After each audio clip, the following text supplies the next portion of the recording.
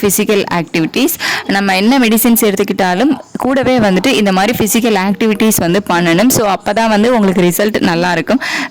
சில டைம் பார்த்தீங்க அப்படின்னா உங்களுக்கு இந்த ஹோம் ரெமிடிஸில் கிடைக்காத ரிசல்ட்டும் உங்களுக்கு மெடிசின்ஸில் கிடைக்காத ரிசல்ட்டும் இந்த ஃபிசிக்கல் ஆக்டிவிட்டீஸ் மூலமாக உங்களுக்கு கிடைக்கிறதுக்கான வாய்ப்பு வந்து நிறையவே இருக்குது. எக் க்ரோத் வந்து எப்படி இருக்குது அப்படின்னு சொல்லிட்டோம்.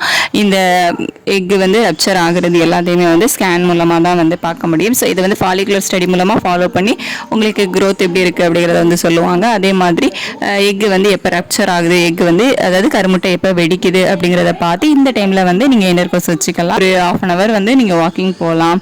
அதுக்கப்புறமா இந்த பட்டர்ஃப்ளை எக்ஸசைஸ் வந்து பண்ணலாம். பட்டர்ஃப்ளை எக்ஸசைஸ்லாம் நீங்கள் பண்ணீங்க அப்படின்னா எக் க்ரோத், எக் ரப்சர் இதெல்லாமே வந்து நார்மலாக நல்லா தான் இருக்கும். அழுத்தம் கொடுக்குற எக்ஸசைஸ் எல்லாம் ஆஃப்டர் ஓவுலேஷன் கண்டிப்பாக வந்து அவாய்ட் பண்ணிவிடுங்க.